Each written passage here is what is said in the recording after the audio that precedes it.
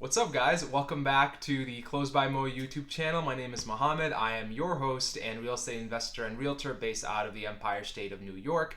This week's episode is going to be a lot of fun because I finally get a chance to talk about some of the insights that I've learned working very closely with my new clients over the last 8 to 9 months. I'm going to focus more on my clients that are active buyers in this market and some of the things that we've sort of picked up on after making a lot of offers, getting a lot of offers rejected, and of course, having a few of our offers finally accepted as well. So I really hope you enjoy this video, and don't forget to like and subscribe if you haven't already done so. YouTube tells me about 60% of you guys that are viewers aren't actually subscribed at all. It means a lot if you do because it also helps with the YouTube algorithm. So I've heard that if you have more likes and more subscribers, it gets recommended to more people that might be interested in this. So thank you very much for that, and without further ado, let's jump into some of the cool insights I've learned. Now, the home buying process is incredibly nerve-wracking, especially more so if you're a first-time home buyer. It's emotionally draining, physically and mentally. It's just exhausting, man.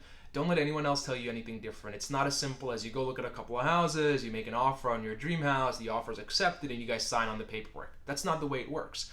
You're going to make a lot of offers, you're going to fall in love with a lot of different homes, you're going to start to picture what it's going to look like when you live there in that area with your kids playing in the backyard if you really want one. And then you're going to experience what it's like to have the seller step on your heart, crush it, puree it, and then drink your heart juice. It's just what it's going to feel like, and that is part of the process. I tell all of my buyers the same thing. If your offers are getting rejected, that's not the worst sign in the world. It's just a numbers game, and the more houses you see, the more offers you make, the more likely you're going to have an offer accepted.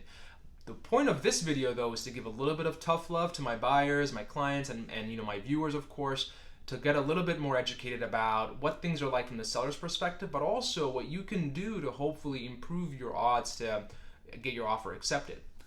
Now, without further ado, number one item on this list, the most important thing that I've sort of learned over the last 9 months is no, your offer is not as strong as you think it is. There's this inclination that I've picked up on with my buyers when we've made offers who seem to believe that the offer that they've given is a lot better than all the other offers that seller is going to be receiving. Now, chances are, if you really love this house, it means there's going to be about 10 other people or couples that also love this house, and they're also going to be making offers. Now, there's 3 categories of buyers that a seller sort of thinks about, or a listing agent thinks about too, when they're presenting the offer to their seller. Number one, all cash buyers. These are top tier, cash is king. This was always going to be the number one priority for any seller. If they get an all cash buyer that's coming in at asking or a little bit around asking, that's going to be the option that they're most likely going to be picking. It's almost self-explanatory, but an all-cash buyer, the advantage is the seller is very confident that this buyer, if they've signed the contract, that they're going to go through with it. There's not going to be any third parties involved that can throw a wrench in the deal. For example, a loan or loan officer or a bank. The second tier buyer is going to be your conventional mortgage buyer, but they're coming in with a lot higher down payment than what's the norm. So for example, if the norm is around 20 to 25% down payment, this buyer is second tier, just under the cash buyer, because they're coming in at around 50 to 60%, if not more, of a larger down payment. It's part of the process, right? If you're the seller and you look at a lot of different offers and 2 offers come in at the exact same number, but one offer is for your asking price with a 20% or 10% down payment or in a government loan program, or number 2, same offer amount coming in at 50 or 60% down payment, what are you most likely going to pick? The 50 or 60% down payment, because that gives you more confidence that this person is more serious, they have more funds should any issues come up, and number 3, the bank's going to have an easier time approving them just because they've brought more to the table. Now, the third, and I would say at the lowest of the totem pole in all the different types of offers that a seller will receive, are the offers that come in with lower than conventional, so lower than 25 to 20%, lower than that in terms of a down payment amount, or they're on like some kind of a first-time home buyer program that gives them the option to provide like less than 5% down payment, or sometimes even 0% down payment when it comes to making an offer. Now let's go into a little bit about the different kind of creative ways you can get to better put your foot forward when it comes to presenting an offer.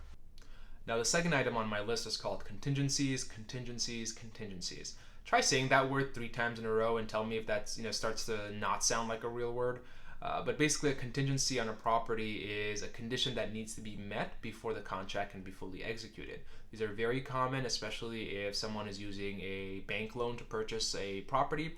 Some of the contingencies that you'll see that are most common, of course, like I just referred to, is the financing contingency, which is basically a mortgage contingency, meaning if the buyer and seller have signed contract paperwork, but for whatever reason, if the loan wasn't approved for the buyer, then the buyer can back out of that contract and retrieve their deposit. The second contingency is the inspection contingency.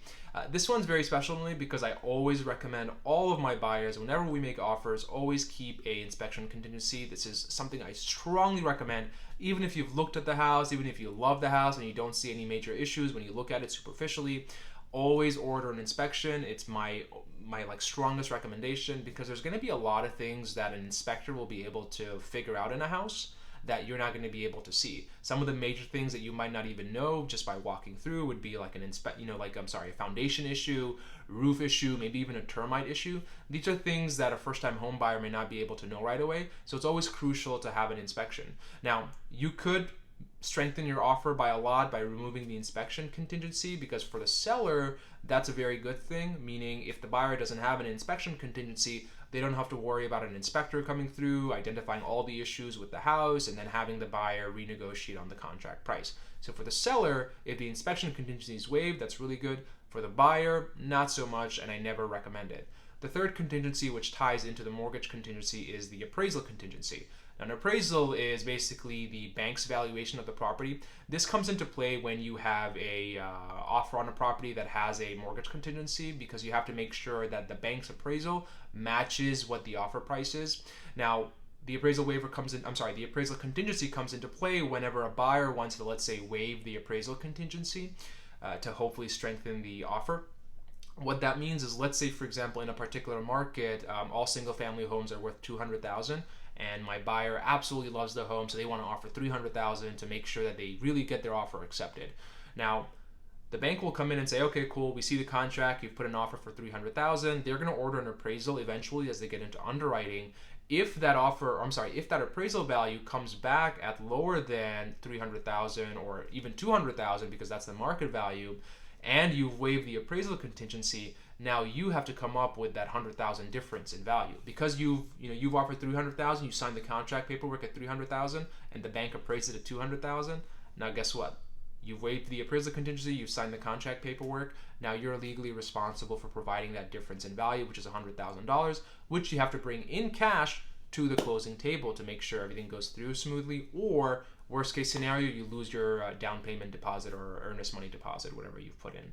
The last point that I wanted to make, something that is crucial, I think, to any sales process, is time kills deals.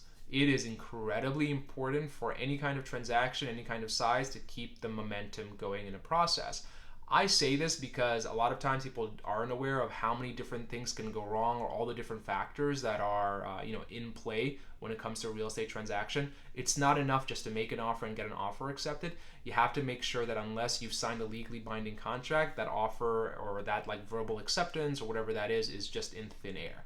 I say that because it's happened a couple of times where we've made an offer accepted, we're in the due diligence process of getting the inspection done, and unfortunately either we take too long to get the inspection done, or the sellers take too long to make the property available, or the attorneys take too long with generating the contract paperwork, that one party has changed their mind for whatever specific reason. It happens, and it's a good segue leading into my my 3.5, point number 3.5, which is sellers are people too. Right? Just as the home buying process is incredibly exhausting, selling a home is also incredibly emotionally exhausting and taxing for them too. Yeah? They have to be available to let strangers through their family home through the middle of the day, weekends, odd different hours of the day. They also have to, deal with any of the family things, dynamics that come into play. Maybe some people don't want to sell the house, some people really want to sell the house. All these things come into play, especially when you're in the offer process, right?